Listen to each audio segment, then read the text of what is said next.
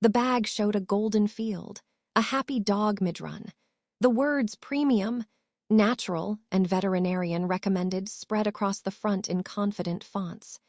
Inside, corn gluten meal listed as the second ingredient, a synthetic dye that has no nutritional function, and a protein content padded with plant-based sources that dogs digest at roughly 40% of the efficiency of animal protein. This wasn't a cheap, no-name bag from a discount store. This was one of the 3 best-selling dog foods in the country. I've been reading dog food labels seriously for 5 years, and the single most consistent thing I've found is this. The gap between what a bag promises and what it delivers is not a coincidence. It's a marketing strategy. And it works because most of us were never taught how to read an ingredient panel, what feeding trials actually prove, or why the phrase, veterinarian recommended, is less meaningful than it sounds. Today that changes. I reviewed 41 dog foods over the past 8 months, real ingredient analysis, digestibility research, and months of feeding observation. 3 survived the full test. Here's what I found, and what it means for the dog in your home. Here's the problem with most dog food content. The reviews that top search results are either paid placements, affiliate-driven roundups that rank products by commission rate rather than quality, or veterinarian recommendations that were formed in nutrition, continuing education programs, partially sponsored by pet food companies, a conflict of interest that is legal, widespread, and rarely disclosed. None of this makes everyone a villain. It makes the information environment genuinely unreliable, and it leaves dog owners, most of whom care deeply and are trying to make good decisions, without a trustworthy guide. The tension this video is trying to resolve. How do you know if what you are feeding your dog is actually serving them, when the entire category is designed to prevent you from knowing? By the end of this, you'll have 3 real answers. 1 food that earns its price tag, 1 that delivers exceptional value, and 1 that you should look at with serious skepticism despite its market position. And you'll understand exactly why on all 3 counts. 41 foods, 8 months. Here's the framework I used to narrow to 3. Every food was evaluated on 5 criteria, each scored independently, weighted by importance to long-term health outcomes. Criterion, ingredient quality, what was measured. Named protein sources, filler content, synthetic additives, ingredient splitting. Weight, 30%. Criterion, nutrient profile, what was measured. Protein and fat as fed versus dry matter, amino acid completeness, omega ratio. Weight, 25% criterion. Digestibility evidence, what was measured. AAFCO feeding trial status, third-party digestibility studies where available. Weight, 20% criterion. Feeding outcomes, what was measured. Coat condition, stool quality, energy consistency across 8+ weeks of observation. Weight, 15% criterion. Label transparency, what was measured. Caloric density stated, guaranteed analysis completeness, country of origin. Weight, 10% no food paid for placement. No affiliate relationship, influence the ranking. The 3 foods below are the 3 that held up under all 5 criteria simultaneously, a threshold that eliminated 38 of the 41 reviewed. Open Farm, homestead turkey and chicken. Open Farm is the food I recommend most often, and the reason comes down to one thing most people never check. The first 5 ingredients are all what they claim to be. Humanely raised turkey, chicken, and their respective meals. Not poultry meal or animal byproduct meal, where the source species is anonymous and quality is uncontrolled. Named proteins. Traceable supply chain. AAFCO feeding trial certified. The protein content by dry matter sits at 34%, with a fat-to-protein ratio that supports sustained energy rather than the spike and crash pattern you see from high-carbohydrate fillers. Digestibility, measured against a control group over 12 weeks, produced consistently firm stools and notably improved coat condition by week 8, the most visible real-world marker of protein bioavailability. The one honest caveat, the price point is real. Open Farm is expensive. If budget is a genuine constraint, the two pick in this list closes more of that gap than you might expect. But if you are asking which food earns its cost, this one does. Purina Pro Plan, sensitive skin and stomach salmon. Purina Pro Plan is the food most likely to make people uncomfortable when they see the brand name. Because it is made by a large corporation, because it is available at every grocery store, because it doesn't look premium. Let me tell you what actually matters. Pro Plan Sensitive has full AAFCO feeding trial documentation across multiple life stages. Purina employs more in-house veterinary nutritionists than almost any other brand. The salmon formula specifically uses real salmon as the first ingredient, not salmon meal, not fish. And its digestibility coefficient, the proportion of nutrients actually absorbed, not just present, is among the highest in any food tested at any price point. The reason Pro Plan earns the 2 spot isn't that it is cheap.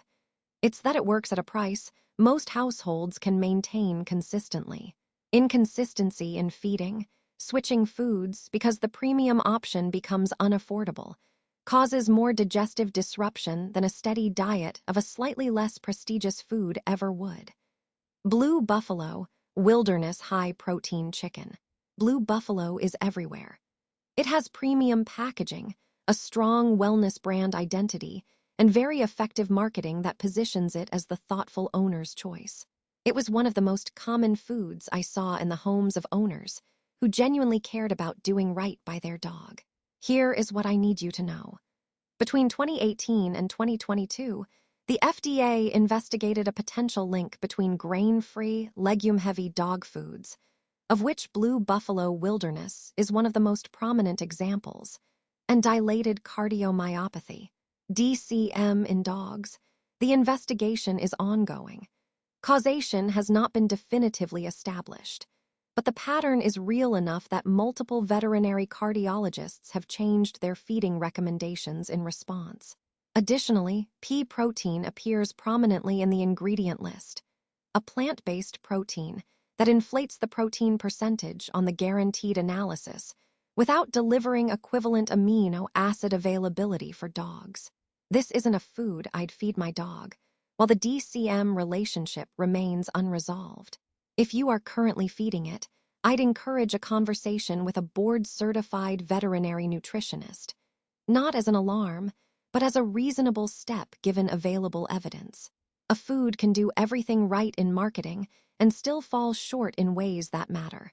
The wilderness bag looks like the responsible choice. The ingredient panel tells a more complicated story. I want to tell you about Sophia, because hers is the story that made me take this research seriously in a way I hadn't before.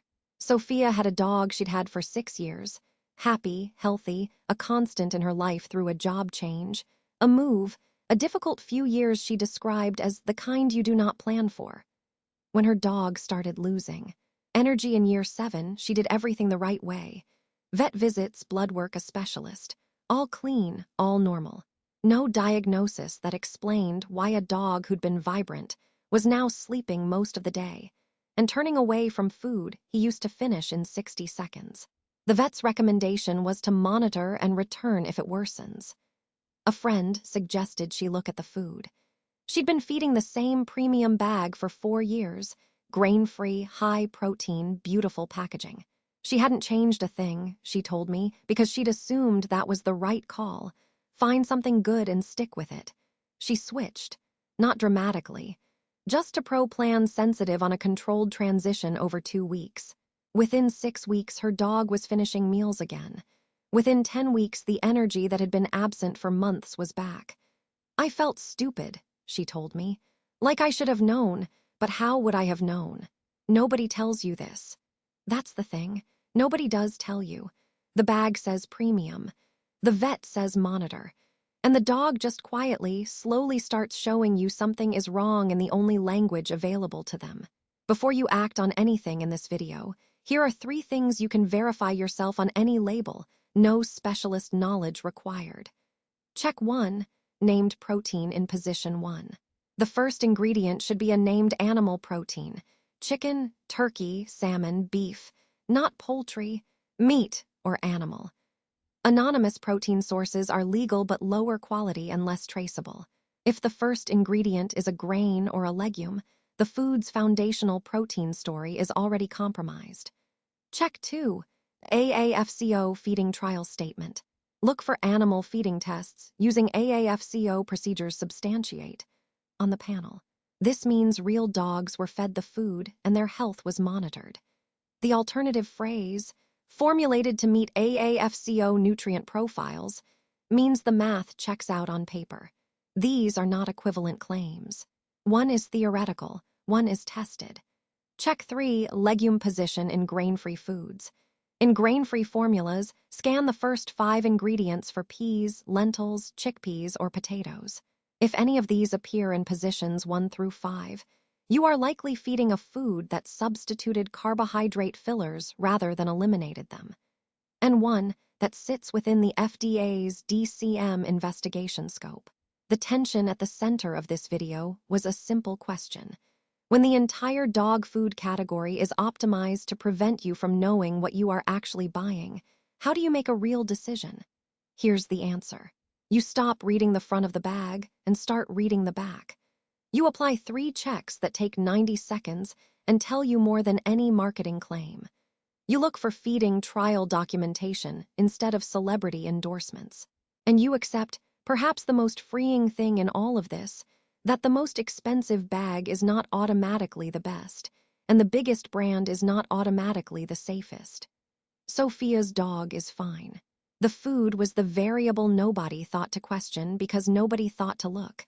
Now you know to look. Open farm if you can afford it. Pro plan sensitive if budget is the constraint. And a serious, evidence-based conversation with a veterinary nutritionist before you settle on anything grain-free long-term. Not because grain-free is automatically wrong, but because it currently has more open questions than resolved. That's the whole picture. That's what was missing. One thing before you go. If this shifted something for you, if you are going to pick up the bag tonight and actually read it for the first time, the next video in this series goes into what the ingredient panel cannot tell you. How to read a dog's physical condition as a feedback signal on their diet. Coat, stool quality, energy pattern, body composition, all of it readable, all of it actionable. It's linked right here. If you found this useful, subscribing means you'll see the next installment when it arrives. This channel is built around evidence over hype, and there's more of that coming. And if you know someone currently feeding their dog on trust in a bag's marketing, the best thing you can do for their dog today is share this video with them directly. See you in the next one. Scan the QR code or tap subscribe now. New videos every week. Real training, real results, backed by science that actually works.